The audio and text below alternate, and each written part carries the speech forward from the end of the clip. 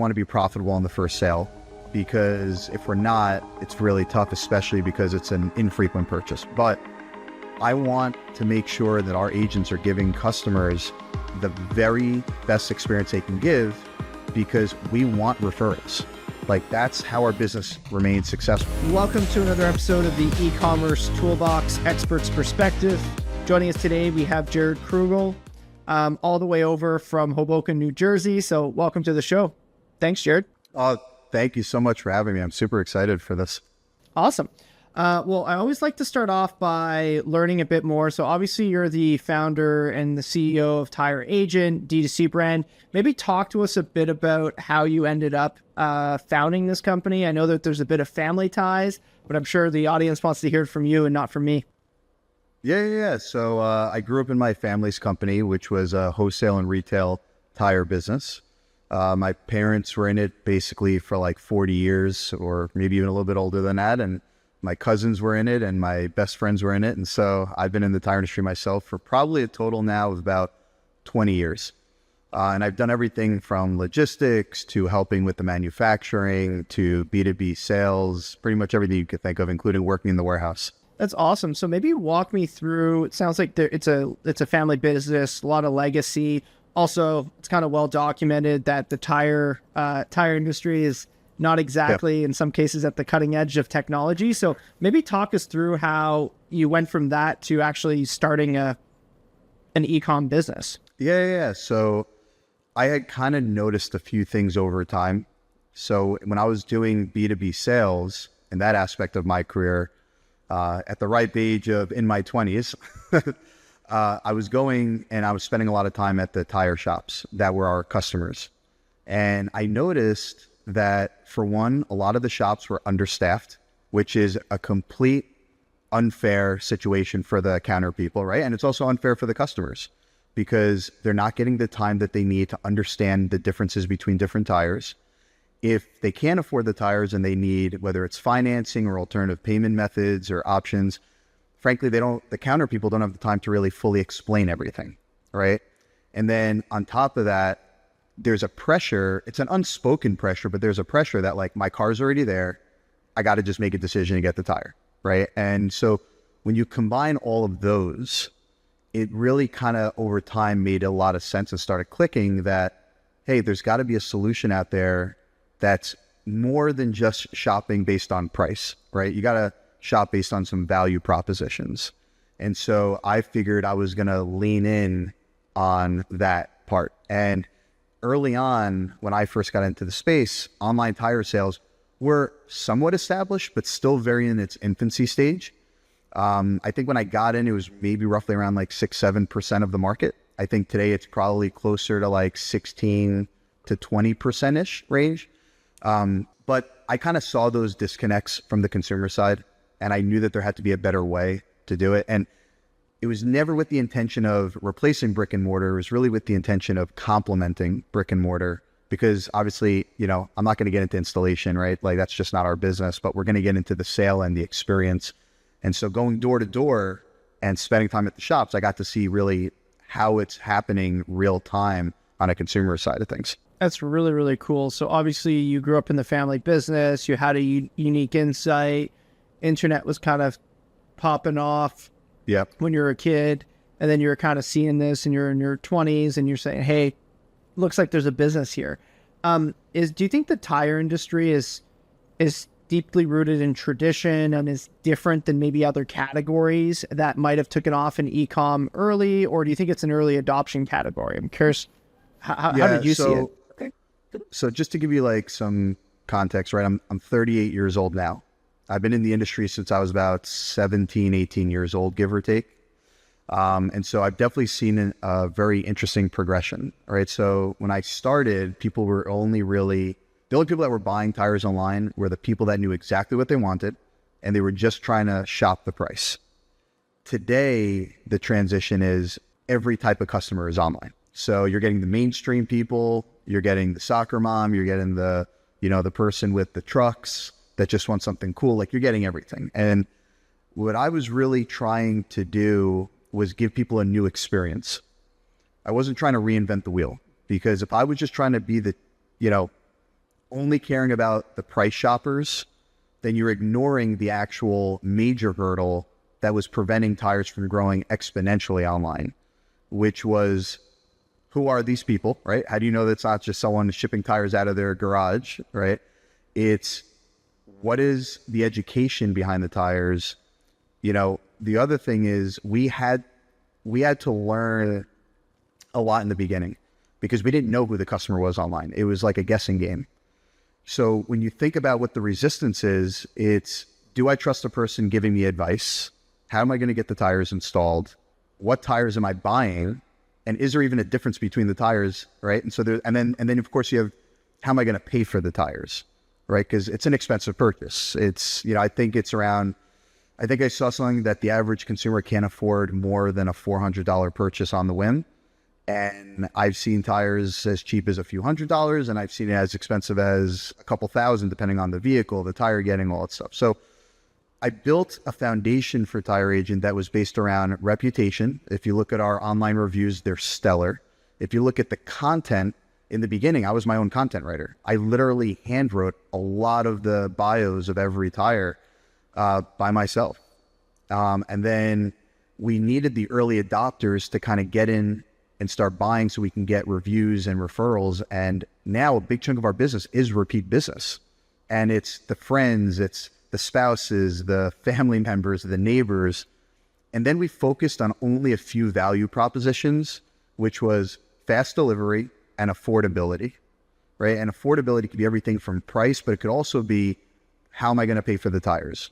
Am I going to pay over time? Am I going to pay in 4 installments? Am I going to pay with a credit card? We wanted to offer a multitude and give people that option, because in a store, they're maybe getting 1 or 2 options, and you're giving a stranger your personal information, which you may or may not trust, depending on how well you know the person. So we wanted to make sure that we were really focusing on the mainstream consumer, not the enthusiast early on, because it's the mainstream consumer that need a little bit more hand-holding early on. That's really interesting. And maybe walk me through the customer journey. So I'm looking for a pair of tires. I'm coming on. I put in my make and model. There's different options. Yep. Yeah. From there, I choose, I purchase. Maybe I split the payments up, and then you guys deliver it directly to my house. Does it get delivered to a dealer that actually installs it? How does that work? Yeah. Well, when we started, we were like everyone else online. So you put in your make and model, and then the tires are just sorted cheapest to most expensive, right? That's how we started. But as we started to kind of listen to customer feedback, because I read almost every review that's told about us online, and I wanted to make sure that I wasn't just going to be like everyone else. So over time, we started to cater the experience to what an average consumer who knows nothing about tires was about. So we asked a whole bunch of people, and I remembered my days being in retail, where I would literally ask people, what do you care about, right? And so the very early on was just very simple. What's the best for the money, right? So not the cheapest, not the most expensive, maybe like something in like the middle-ish range. What is the best warranty tire, right? Because some people live in a really bad area with really bad potholes and really rough roads and all sorts of things. Or some people really were driving a lot of miles to work. I remember at one time I was driving almost like 60 miles a day driving for my job. So like I can relate to that. So then the next one was, what's on a deal? So those were our 3 initial categories that we had. Then we started dividing up into a lot of different filters for all different reasons. And then we added a new filter that focused on all weather, which is not a winter tire, not an all season tire, really a good hybrid in the middle. So I'm really building filters out that an average consumer can look and be like, this makes sense. And the next wave of Tire Agent is going to be one step further than that, which is, how is this person using their vehicle? Hey, let's help them pick the right tire based on how they're using it, or what the purpose is that they're looking for. So over time, we've just kept perfecting the search experience. And then originally we had no installers. Then we started working with a lot of installers. And then we felt like volume was really not the answer. So then we peeled it back, and then we relaunched with a vetting process of the installers. And today we work with installers that meet a really good online reputation, that have the right equipment we're looking for, that have good coverage for us, that can install the range of tires we want. Like, we're a lot more pickier now. So now when people know that they're picking an installer with us, it's not just a random person we got off of like Google. It's someone that's been vetted, that we spoke to, that we know is like a good shop. So the experience is you put your year, make, and model or your tire size. You see a really clean shopping experience that has some really easy filters to follow. From there, you could pick your installer. And then the last part, when you get to the payment page, you see a whole multitude of payment options, from credit card to lease to own to pay in for to really everything. And the goal of that was really to try to accommodate a really wide range of customers, because really no two people have the same scenario. So that's how we kind of approached it, just taking it one step at a time and thinking about it in the mindset of just an average consumer, what would be easy for them. That's interesting. And that's a completely different experience than what people were effectively used to before. Before you go in, you're kind of committed to the person. You might not know exactly what you're getting. You're kind of like, your car's already there. You're getting pressured. That's interesting. Well, so you just hit upon something. So when I started with Tire Agent, obviously I was the first customer service person, right? And so I would be on the phone with people with no rush. I don't care if it took a few minutes or if it took hours. I wanted to make sure everyone left with a great experience. That was my goal. As we got bigger, and obviously I'm no longer in customer service, we have a whole team and everything, the culture of people taking their job personally has kind of continued. And so I've seen calls that last 5 minutes, and I've seen calls with customers that take almost 2 hours. Our people are taught to not rush a customer. We want people to have a really good experience because we don't want them to have buyer's remorse. We don't want someone to drop several hundreds of dollars, and in some cases over $1,000, $2,000, whatever it may be, and be like, oh crap, I just bought the wrong tire, right? We want people to go into it saying, okay, I feel really good about this purchase. Tire Agent took care of me. This is the company I want to stick with. And that's why people keep coming back and repurchasing and referring us. That's interesting. And we just released our annual update not too long ago that talked a lot about how expensive it is to acquire customers now. I'm curious. I know traditionally like mattresses, tires, the unit economics are built off of like the one-time purchase because it is kind of infrequent. Maybe talk to us a bit about how you've looked at those economics. I mean, obviously it sounds like you're making a longer term investment into these clients, but yeah, I'm curious, like what are the buying, like how long does it take for somebody to come back? Unless obviously they're multi-vehicle, but if you're talking about just the kind of classic family. Yeah. So I think I had read that the average household in America has like 1.8 vehicles, which is essentially 2 vehicles, right? So the way we look at it is obviously we want to be profitable on the first sale, because if we're not, it's really tough, especially because it's an infrequent purchase. But I want to make sure that our agents are giving customers the very best experience they can give, because we want referrals. Like that's how our business remains successful. And to this day, we have never sold a tire on eBay, Amazon, Walmart, any of the marketplaces. We are 100% tire sales on our own platform. And that's not saying that like I have anything against those businesses. It's just for us, it's more important to be profitable on the first sale because we don't have a lead gen like marketplace. And so the only way you're gonna continue to keep growing, because you can't just only grow through paid acquisition, right? You just can't keep spending money on Google and Facebook and expect to always be profitable that way. You have to have an omni-channel approach when it comes to digital marketing. So you got to have referrals, you got to have SEO, you got to have partnerships, like a whole bunch of different things. And that's what we've done a really good job on. And if you're an online company and you don't care about your reputation, then you're a fool, because we depend on repeat purchases. Like we want people to come back and purchase. Doesn't mean we want them to buy the wrong tire, come back and buy, right? But we want them to refer us to their spouse, their kids, their neighbors, their friends, coworkers, whatever. And that's what we get. And we continue to build momentum on that, because it's like you said, it's very expensive to acquire a customer. So we have to put our best foot forward to get that customer to keep coming back. I love it. That's really cool. Curious, as you're looking into 2025, there's a lot of trends, CAC, AI. What are some of the things that are kind of top of mind for you with your e-com business? Yeah. So I went to recently like a conference for retail in New York, And it felt like every booth was AI within the name. And look, I love AI. I think there's a lot of great things about it. I think it makes your work a lot efficient, like a lot more efficient than it would before. But I don't see a world in which Tire Agent replaces our agents with AI.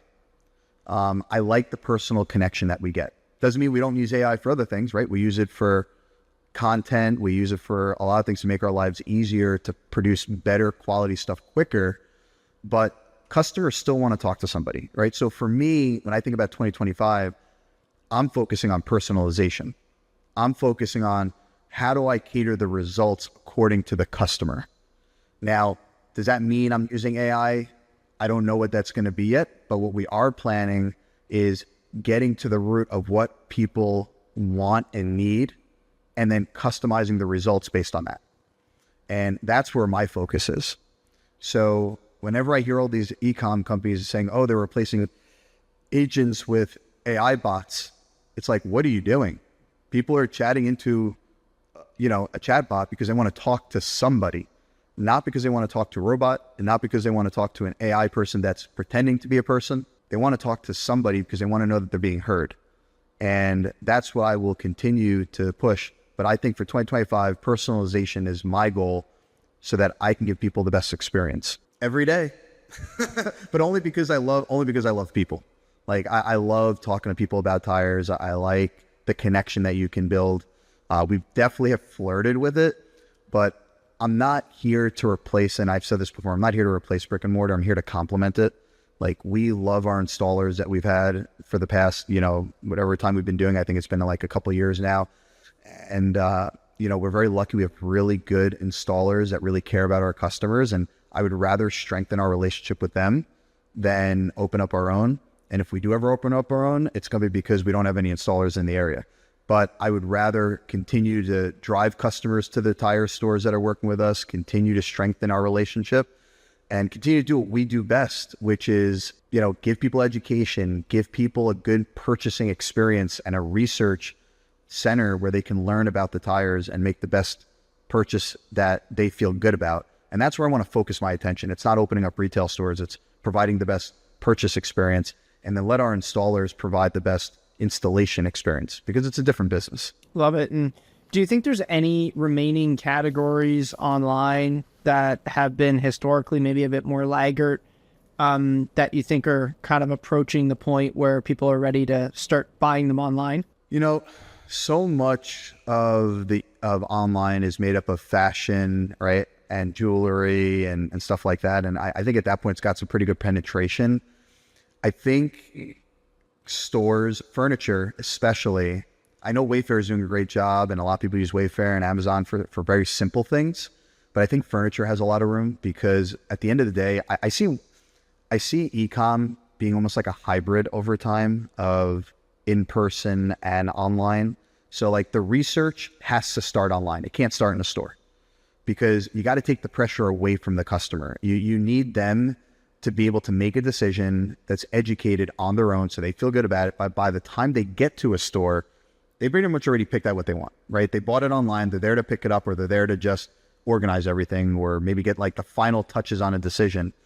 But furniture, I think, still has plenty of room to go. Anything that's big and bulky, right?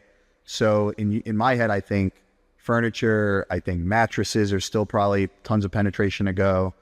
I think, believe it or not, we just got this office that I'm in right now in July, and I found it online and I went to the place. I feel like, even though it's not a tangible good, like I did my research. I took a lot of time. Now, I felt like there could have been a better experience with finding the office space.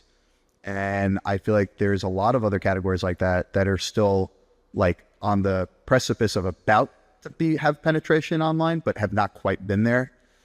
I think clothing still has, even though a lot of people buy clothes online, the return rate is so high because they have not perfected the fit and the sizing guide online, right? With like relating to customers. So even though online is a heavy, like big play for a lot of companies, they may have perfected the purchase experience, but the return rate, which means the post-purchase experience, is still terrible. And until somebody can solve or bridge that gap more, there's plenty of room to grow into any category you want. You just have to think about the other side, because you could do $100 million in sales, but if your return rate's 50, 60, 70%, what does that really mean? Right? So that's how I kind of think about it. Like, our return rate is so low. So I feel like we do a really good job of helping people pick the right product. I love it, Jared. Well, look, it's been amazing getting to know your story. Really appreciate you taking the time to hop on the podcast, and thanks again. Oh, thank you so much for having me. The E-commerce Toolbox Expert Perspectives is brought to you by Noibu. To find out more about Noibu and how we can help you debug your e-commerce site and rocket your revenue, visit www.noibu.com. That's Noibu.com. And then make sure to search for the E-commerce Toolbox Expert Perspectives on Apple Podcasts, Spotify, Google Podcasts, or anywhere else podcasts are found, and click subscribe so you don't miss out on any future episodes. On behalf of the team here at Noibu, thanks for listening.